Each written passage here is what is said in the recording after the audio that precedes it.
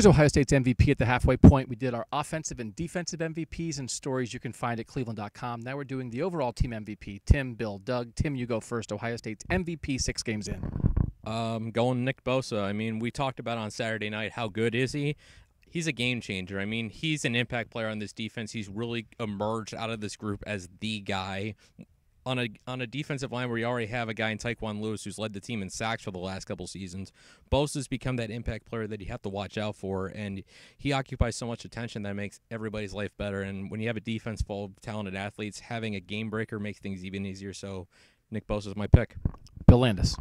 I think Nick Bosa is the best player on the team. I didn't pick him for my defensive MVP, and I didn't pick my overall MVP as my offensive MVP because I wanted to be different than you guys. But I think the MVP is Billy Price, the center, best player on the offensive line. I think people really underestimate how important that position is. He makes all the calls. He has a great rapport with JT Barrett. He had a true sophomore left guard and a redshirt sophomore right guard who had never played before. And he was really, I think, holding the interior of that offensive line in check. And now his job becomes even more important because he's got Matthew Burrell presumably next to him going into Nebraska. He is the most important player on this team. Nick Bosa is my pick. I think he's the one guy that other teams must game plan for by name. When you sit down and study Ohio State film, the first thing you do is say, what are we going to do with 97? And I don't think that's in dispute on both sides of the ball. They have a lot of guys, playmakers on both sides of the ball, but he's the guy that you have to figure out how to stop. Tim, Bill, Doug, we're going to Nebraska. See you there. Bye.